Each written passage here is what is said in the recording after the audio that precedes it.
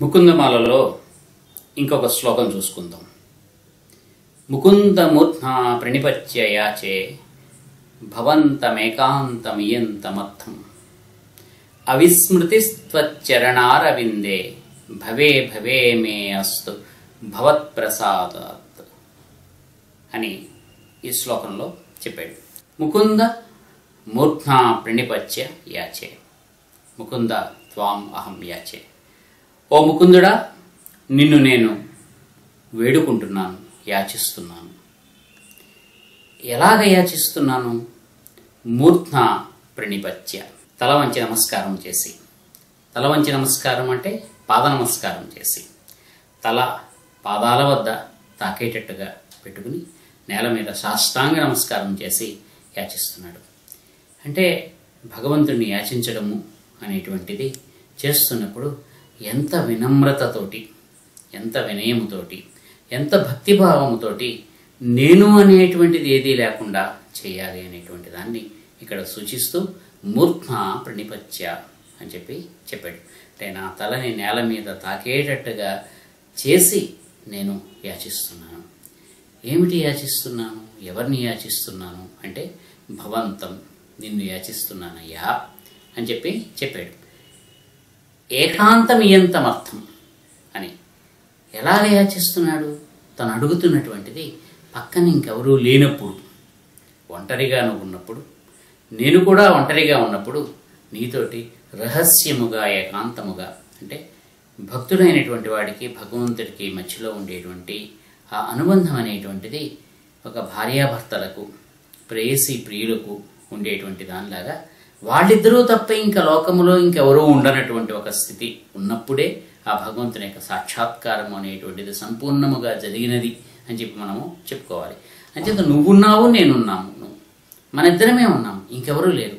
అంటే ఇంతమందిలో నేను ఉన్నప్పటికీ కూడా నాకు నువ్వు మాత్రమే కనిపిస్తున్నావు, ఎంతమందిలో నేనున్నప్పటికీ కూడా నీకు నేను మాత్రమే కనిపిస్తున్నావు. ఆ రకంగా భగవంతుడికి భక్తుడికి మధ్యలో ఉండేటువంటి సంబంధము కూడా ఒక వారిద్దరికీ మాత్రమే ప్రత్యేకమైనటువంటి ఒక బంధము, వారిద్దరూ మాత్రమే ఉండేటువంటి ఒక సంబంధము.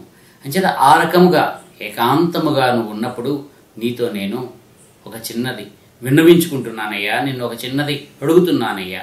ఇంత మాత్రమే, చాలా తక్కువే. ఎంతమర్థం, ఈ మాత్రం చాలా కొద్దిగా.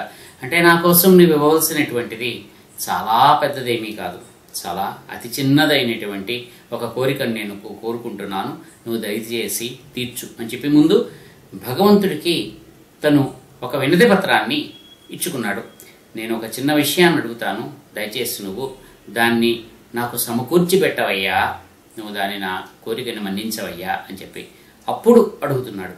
ఏమిటి ఈయన కోరుకుంటున్నటువంటిది?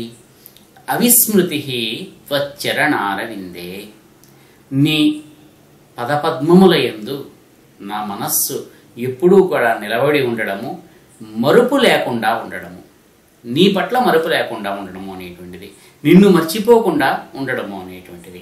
అయితే నిన్ను మర్చిపోకుండా అని అనలేదు, ఏమని అన్నాడు? నీ పదపద్మముల పట్ల మరుపు లేకుండా ఉండడము, అంటే నీ పాదాలను ఆశ్రయించుకుని ఉండడము అనేటువంటిది మాత్రమే నా జీవితానికి ధన్యతనిస్తుంది. ఈ పాదాలని ఆశ్రయించుకుని ఉండడము అనేటువంటి విషయంలో నాకెప్పుడు కూడా మరపు అనేటువంటిది, ఏమరపాటు అనేటువంటిది, అజాగ్రత్త అనేటువంటిది, విస్మృతి అనేటువంటిది, ఏమాత్రము నిర్లక్ష్యం అనేటువంటిది కూడా లేకుండా నువ్వు నాకు దయచేసి చేయవయ్యా అని అడుగుతున్నాడు. అంచేత అవిస్మృతి, మర్చిపోకుండా ఉండడం, నీ దేని మర్చిపోకుండా ఉండడము, నీ సమస్తమైనటువంటి రూపాన్ని కాదు, నీ గుణగణాన్ని కూడా కాదు, నీ గురించి నీ వైభవము కూడా కాదు, కేవలము నీ పదపద్మాలు. ఎందుకంటే నీ పాదములే మోక్షమునకు దారిని చూపించేటువంటి సోపానములు. నీ పాదాలని కనుక పట్టుకుంటే మొత్తము నీ సమస్తము ఏదైతే ఉన్నదో అది చేతిలోకి వస్తుంది. దాన్ని అర్థం చేసుకోవడం అనేటువంటిది, అవగతం చేసుకోవడం అనేటువంటిది, అవగాహన చేసుకోవడం అనేటువంటిది అవుతుంది. ఇంకెక్కడైనా నిన్ను కనుక ఆశ్రయిస్తే, నీ చేయి పట్టుకున్నా సరే నేను నీతోటి నడవలేను. నీ కన్నుల్లోకి కళ్ళు పెట్టుకుని చూస్తూ నీ పక్కన నిలబడినా కానీ అది కూడా నాకు సాధ్యమయ్యేటువంటిది కాదు. కేవలము నీ పాదపద్మాలని ఆశ్రయిస్తే మాత్రమే నువ్వు అనేటువంటిది ఏమిటి అనేటువంటిది నాకు తెలుస్తుంది.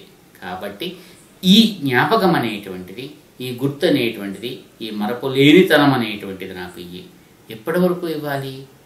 భవే భవే మే అస్తు భవత్ప్రసాదతః. నాకు జన్మజన్మలలోనూ కూడా ఈ ఏమరపాటు లేకుండా, ఈ మర్చిపోవడం లేకుండా ఉండడం అనేటువంటిది. నేను జన్మరాహిత్యాన్ని కోరుకోవటం లేదు.